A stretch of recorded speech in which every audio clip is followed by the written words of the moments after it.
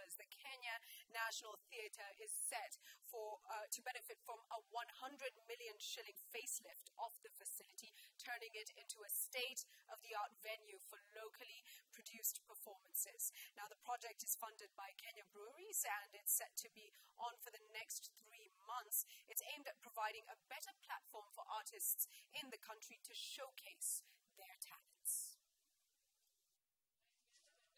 For the next 3 months, the entire interior of the theatre will be refurbished, including an overhaul of the auditorium, seats, sound and lighting system, the stage, the rigging, air conditioning, entrance lounge, main front face, and other facilities including sanitation. The project is one of the flagship projects to celebrate Kenya's 50 years of independence. Speaking during a media briefing held this morning, Dr. Hassan Wario, the Cabinet Secretary for the Ministry of Sport, Culture and Arts, who is also the chairman of the Kenya at 50 Project Secretariat, noted that the refurbishment will be a major boost to the arts industry in the country. This particular project was not by default, but it was by design. KPL has been part and parcel of Kenya's history, and we've been here since 1922, so 92 years, and the Cultural Centre has been here for 63 years. Martin Munene for Citizen Live at 1.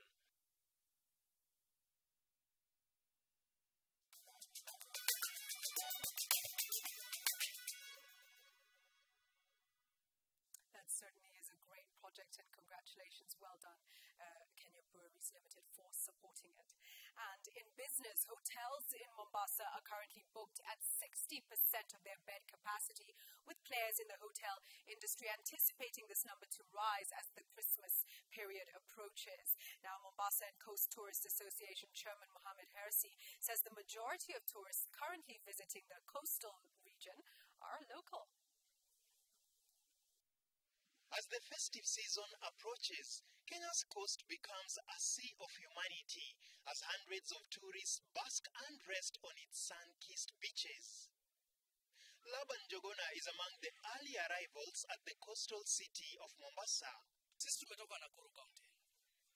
Tumekuja kuzuru sehemu ya Mombasa ufuoni, lakini la kushangaza ni kwamba tourists siku hizi ndio wamekuwa sasa wa Afrika, lakini si wengi. This has been blamed to a large extent on the insecurity challenge that has plagued Mombasa for the better part of this year. This has particularly affected international tourist arrivals. According to Hersi, who chairs the Mombasa and Coast Tourist Association, it is only local tourists who have contributed the bulk of hotel bookings so far. So many of the hotels right now, we are looking at 60% and above. And hopefully, the last 10 days of December, we're certainly going to be above 80%. And some of us actually going to be fully booked. Hersi further contends that weak transport infrastructure leading into and within Mombasa is further making it difficult for tourists to move. The state of Mombasa roads right now is nothing to talk about. It's really pathetic. At the moment, we have some of the worst roads in this country. And as people are coming for festive period, I think it's only fair that we also have motorable roads and doing some very cosmetic repairs. That would really not help. Tourism has had its fair share of problems. So the last thing we expect is to be given another headache of infrastructure, another headache of bad roads. These are but some of the challenges that are holding back the performance of Kenya's second highest foreign currency earner. Challenges that tourism industry stakeholders hope will be resolved as soon as possible. Dennis Otieno, Citizen Live at 1. And speaking of infrastructure, the construction of the Mombasa-Nairobi Standard Gauge Railway is scheduled to begin within the next 2 weeks. The project's contractor has already set up camp and he's about to embark on the project, expected to cost 327 billion Kenya shillings. Now, preparation works for the multi-billion shilling project have been ongoing for the last 5 months, with the project's contractor, China Road and Bridges Corporation, having set up management camps at various strategic points along the proposed modern railway line. Now, to kick off the project's implementation, Kenya Railways has received 5.4 billion shillings from the Exchequer to be channeled towards compensating persons and businesses whose parcels of land will be taken over by the railway project. So far, at least 3 billion shillings in compensation has been paid out. Right now, we have done compensation concession from Maseras all the way to Kiboko. And people are very happy that they have received their money. And also at the same time, when we are doing the compensation and getting the money, we are also finalizing the financing of the project. So it is like a double blessing because we'll have the resources to carry out the works, and also we'll have the corridor to construct the railway line. Now, we revisit an amazing story on Smart Farm featured last night. Communities in Narok County are largely known for rearing livestock as their main economic activity, but Kantilal Halai, a Kenyan-born Indian, has opted to go against the grain. Let's take a look at his story.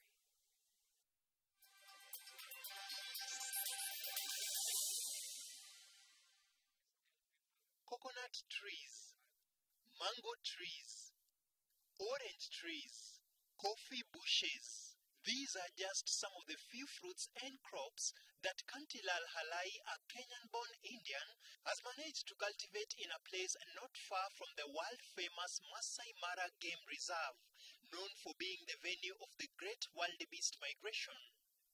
Yes, Kantilal has managed to transform what used to be a 25-acre piece of arid scrubland into a fertile field. The first idea came in my mind was to do fruit farming, and I started fruit farming. I finished 3 years back the fruit farming. Another idea came that I should not end at fruit farming. The idea came that I should do now botanical garden.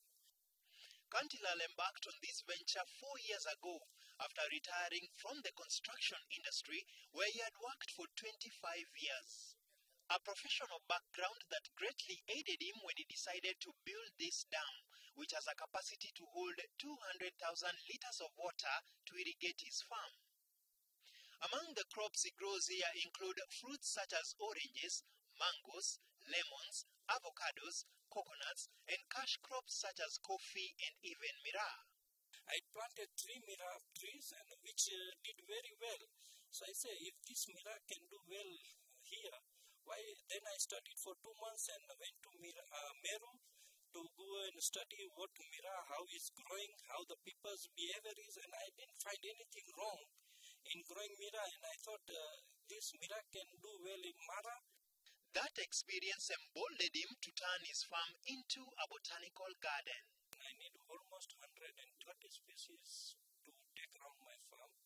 But we are curious to know how much he makes from this venture. Well, Kantilal says he anticipates to reap big from his efforts. After 5 years, each plant should give me fruits around 500 when the tree is big. Each tree will give me 500 fruits. If I sell one fruit at 10 shilling, that is 5,000. I've got 1,000 trees in 5 acres. If 1,000 trees in 5 acres, that's give me 5 million per year. Currently, he has 7 workers assisting him in the management of the farm. But running this oasis has not been easy. I'm in between the wildlife, so elephants have given me a lot of problems. A few of my trees have been eaten, but now luckily I got some funds and I did an electric fence. Kantilal hopes that his farm will not only reward his efforts financially, but also inspire the communities living around the Mara to embrace crop cultivation, even as they rear their age-old tradition of rearing livestock. Dennis Otieno, Smart Farm.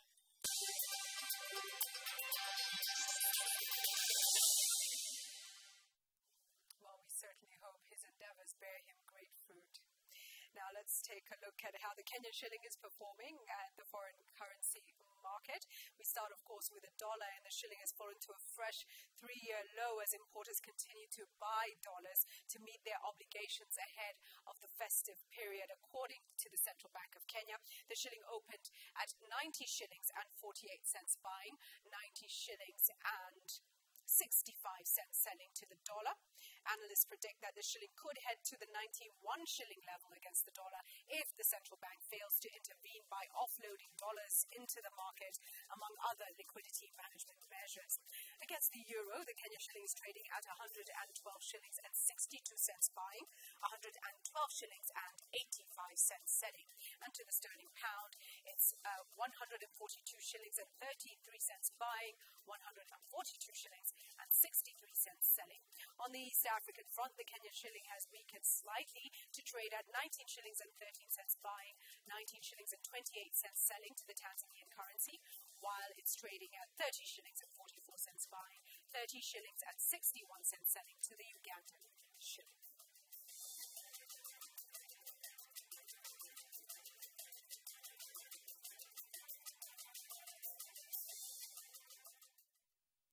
And we move back to matters of security, and court leader Raila Odinga now says the opposition coalition will lead Kenyans to the streets to protest against the content of the controversial Security Laws Amendment Bill. Debate on the bill began this morning in Parliament. Tumesema tutapinga hiyo sheria, tutapinga kule kwa bunge la kitaifa na vile vile kwenye bunge la Senate. Tofauti na haya vile vile sisi tuko tayari kwenda mahakamani na kuona kwamba mahakama imeangalia na imepata kwamba hiyo sheria ni kinyume ya katiba ambayo sisi tulipitisha kama Wakenya. Wakenya vile vile wamo tayari kutoka hadharani kwa uwanja kwa maandamano ili hiyo sheria isipitishwe, na kama imepitishwa isifanye kazi. Well, time now for sport, and we're joined by Wahiga Mwaura. What's the latest? Well, of course, Champions League is a big story, and we've got all the highlights from those matches. But picture this: you've got a football pitch, a match is going on, it's a regular day, and then lightning comes out of nowhere and strikes a player and the linesman, and everything just changes. Do they live? They live. Thank goodness. They live, and it's happened, and you have to see it to believe it. This happened in Peru, of course. Wow, over to you. Right, we have that story and so much more when Citizen Sports at 1 kicks off